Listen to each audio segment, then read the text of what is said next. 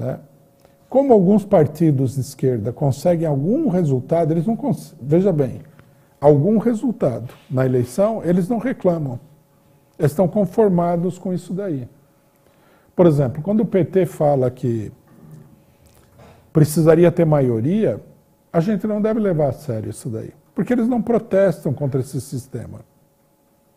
Como é que você vai ter maioria no Congresso com uma eleição dessa? Essa eleição favorece todo tipo de curral eleitoral, de falcatrua local. É uma eleição dominada, né, pelos interesses econômicos, em grande medida, locais. Se algum dia o PT conseguir ter maioria no Congresso Nacional, vai ser um verdadeiro milagre. Tem que mudar muita coisa para que isso aconteça. Quer dizer, a primeira coisa que o pessoal deveria fazer em relação à eleição é criticar o que é a eleição brasileira. O pessoal fala assim, as eleições brasileiras são as eleições mais democráticas. Essa é a propaganda que foi feita aí. Isso aí não resiste ao menor escrutínio crítico da eleição. É uma das coisas mais antidemocráticas que alguém poderia pensar. Né? E veja só, nós estamos falando de alguns aspectos da campanha, porque a gente poderia entrar no mérito da organização, de como a eleição é feita, em lista aberta, né, que favorece a manipulação e a despolitização, porque o cidadão não vota no partido, ele vota numa pessoa. Né? Daí, cinicamente, a burguesia fala, os partidos brasileiros são frágeis, daí coloca a cláusula de barreira para o mesmo partido, que é essa porcaria, né, onde é um partido de figuras aí que pedem o voto popular, não é um verdadeiro partido, vai se fortalecer em relação a outros partidos. O tipo de eleição que nós temos é a própria legislação, aqui já não é o TSE, a própria legislação eleitoral é profundamente antidemocrática. Quando o pessoal vai lá na posse do Alexandre de Moraes e fazem aquele espetáculo semi-religioso que eles fizeram, né?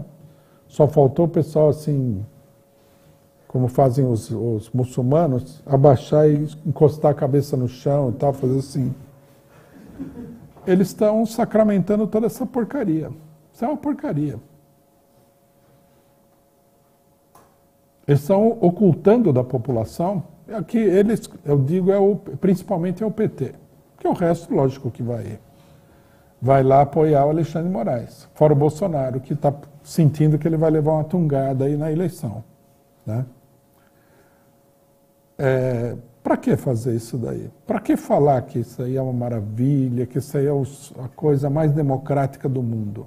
É para manter o país da maneira como ele está? Esse é o intuito, porque isso daqui é um sistema de preservação dos privilégios absurdos da classe dominante. Para que você vai lá louvar o Alexandre de Moraes? Ele vai garantir a democracia? Não vai. O que ele vai fazer é utilizar essas normas aqui para empestear a vida de todo mundo que vai participar da eleição. Né? Ele inclusive, já começou. Os jornais anunciaram que a candidatura do Ciro Gomes, eles não aceitaram de bate-pronto a candidatura, porque o Ciro Gomes não votou numa eleição anterior e não pagou a multa de R$7. É ridículo isso daí. Mas mostra também o seguinte, que eles vão pegar cada fio de cabelo que cair aí, dividir esse fio de cabelo em 18 partes, né, para aporrinhar a vida de todos os candidatos e todo mundo que eles quiserem aporrinhar a vida. Né? O Bolsonaro também precisava de uma certidão lá, uma coisa muito doida. E o pessoal foi lá, né? O grande acontecimento da semana foi isso daí. Foram lá para fortalecer essa máquina de confisco da vontade popular, porque é disso que se trata. Né? A eleição é tão cheia de normas e tão cheia de coisa que não dá para você pensar efetivamente que ela tenha nenhum resquício de democracia. No Brasil, nós temos uma coisa que aparece em todas as áreas da atividade social e política, que é o seguinte, e é uma coisa comum aos países mais atrasados, né?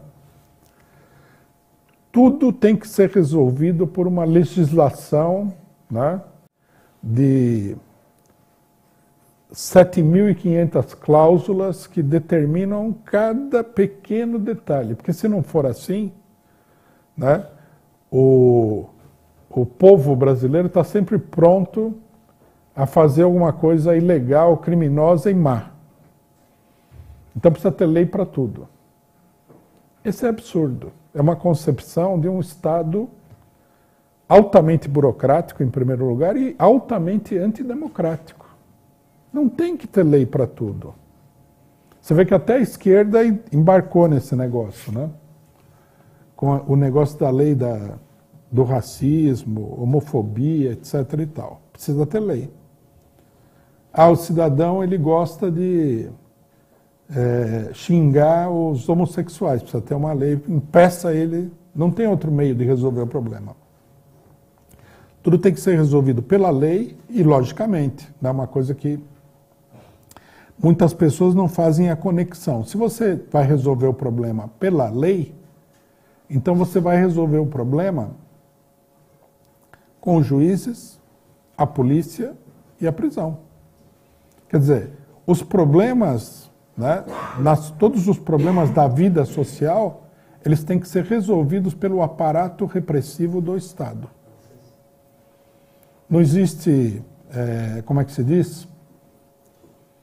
A possibilidade de você educar, de você fazer um debate público, de você fazer uma campanha política, não é nada disso. Tem que chamar o juiz, o policial e o carcereiro para resolver todos os problemas. Isso aqui não é bom? Bota fulano na cadeia. Tudo é cadeia. E o que isso daí resolve? Não resolve nada. Essa é uma velha armadilha, né, que as classes dominantes usam para reprimir a população. Tudo que a gente for ver aqui tem uma quantidade de regras para impedir, não sei se o pessoal está esperando aqui que os demônios do inferno invadam o planeta Terra e façam alguma coisa, porque é muita lei para impedir uma suposta maldade da população. Lei de trânsito. É uma loucura. Quem que não acha que é uma loucura? Fora, sei lá, o Fernando Haddad, por exemplo. É uma coisa louca. Se você pegar a lei de trânsito, você, por exemplo, estacionar aí numa ciclovia é uma falta de trânsito gravíssima. Mas gravíssima por quê? Gravíssimo seria ameaçar a vida de uma pessoa, isso aí seria grave, né? Por exemplo, você dirigir completamente embriagado é uma coisa gravíssima. Agora, estacionar na ciclovia seria uma falta, pelo contrário, levíssima, mas aqui não é assim. Inclusive, se a gente pegar a lei de trânsito, a gente vai ver que as faltas leves, elas são poucas. A maioria é grave, gravíssima, ultra gravíssima. E eu penso, um monte de gente, você vai conversar, eles falam, não, isso é necessário, porque a gente precisa colocar o povo na linha. Não existe. Primeiro que não existe isso daí, né? Segundo que a própria ideia de colocar o povo na linha é uma ideia antidemocrática. É uma ideia contra-revolucionária, é uma ideia reacionária, né? Se a maioria do povo se comporta de uma determinada maneira, a lei não pode ir contra isso aí. Esse é o próprio sinônimo da ditadura. Ditadura é quando a maioria quer uma coisa e o Estado força a fazer uma outra coisa. Essa é uma ditadura. Pode ser uma ditadura com as melhores intenções do mundo, que não é o caso do Brasil. Mas é uma ditadura. Vou usar um exemplo que eu sempre achei meio curioso desse negócio. Quando Depois da Primeira Guerra Mundial, a Turquia, né, se recompôs, acabou o Império Otomano, eles fundaram um país chamado Turquia. O líder do país, ele decidiu que ele precisava modernizar o país e precisava combater, né, a influência da religião sobre o povo. Ele tornou o Estado laico, mas ele queria ir além, ele queria atacar, né, os hábitos religiosos da população. E aí o que acontece? Todo mundo já deve ter visto, né, que em fotos, em quadros e cinema, a gente vê os turcos com aquele chapeuzinho redondo, né? Um chapéu sem aba, redondo, para cima. Às vezes ele é de pele, às vezes ele é um chapéu durinho. Aquele chapéu, né, do turco, ele é para que a pessoa possa exercitar, né, a sua atividade religiosa. Porque o muçulmano, o que ele faz? Ele encosta a cabeça no chão. É parte do ritual religioso. Então o chapéu não tem aba, que é para a pessoa poder fazer a coisa de chapéu. Então, o Atatürk, que é considerado o pai da Turquia, proibiu esse chapéu. Né? É uma ditadura. Tudo bem que ele queria diminuir o peso da religião, do atraso, etc. e tal. Mas você não faz esse tipo de coisa. Aí o pessoal começou a desrespeitar, ele mandou prender e chegou a enforcar um cara porque estava usando aquele chapéu. Tem que usar outro chapéu. Você não pode ter uma lei assim. É absurdo. Né? Se a maioria da população é religiosa, você não pode chegar lá com uma lei e forçar a pessoa a deixar de ser religiosa. Tanto é absurdo que não aconteceu. O pessoal continua religioso até hoje. Né? Todo mundo sabe que tentar impedir uma pessoa, né, de exercitar a sua religião é uma coisa improdutiva na política. Por isso os próprios marxistas, que não são a favor de nenhuma religião, não consideram que a religião é uma coisa positiva, são a favor da liberdade religiosa e não da repressão das religiões. É o que a pessoa pensa. Não importa o que eu penso. Eu não posso chegar lá e tentar impor à pessoa o meu ponto de vista. Você tem que respeitar, né, o que o povo pensa. Então, essas leis brasileiras aí, uma lei que coloca 800 mil pessoas na cadeia, como tem no Brasil hoje, é uma lei de uma ditadura. Pode ter 800 mil pessoas presas. E o pior é o seguinte, tem 800 mil pessoas presas e tem um monte de gente que estaria preso também, não fosse a ineficiência da máquina repressiva e judiciária. Seria acabar, é como nos Estados Unidos, tem 3 milhões de pessoas presas. Não pode ser. Se a lei coloca 3 milhões de cidadãos na cadeia, é a lei que está errada, não a pessoa. Né? Evidentemente, você tem uma lei que é uma lei que contraria, né, a existência social. No Brasil, é tudo assim. Tem que ter uma lei. Né? E a esquerda, inclusive, foi completamente absorvida por esse tipo de mentalidade. Como é que deveria ser a questão eleitoral? A questão eleitoral deveria ser assim. Cidadão que quer formar um partido, escolhe um número de assinaturas razoável. Hoje no Brasil é quase impossível formar um partido. E forma o partido. Aí concorre a eleição. E o TSE é um órgão de registro. Registra a candidatura e pronto. Ah, mas o fulano fez isso, fez aquilo. Bom, se ele não descumpriu a lei do país em geral, tudo bem. A ideia, por exemplo, de que você vai impedir o poder econômico de atuar na eleição é absurda. Isso não vai acontecer nunca. É impossível de acontecer. O poder econômico vai atuar na eleição. O que você tem que fazer é denunciar a presença do poder econômico.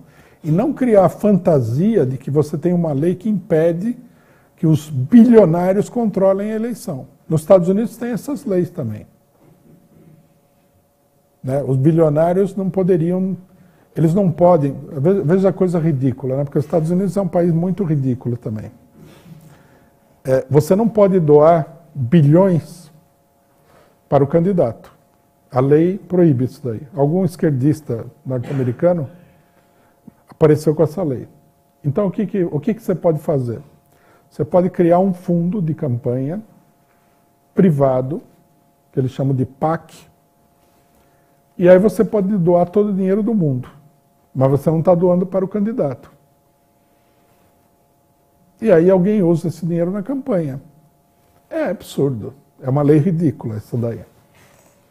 E alguém vai acreditar que nos Estados Unidos um presidente vai ser eleito sem o apoio dos bilionários dos Estados Unidos? Lógico que não.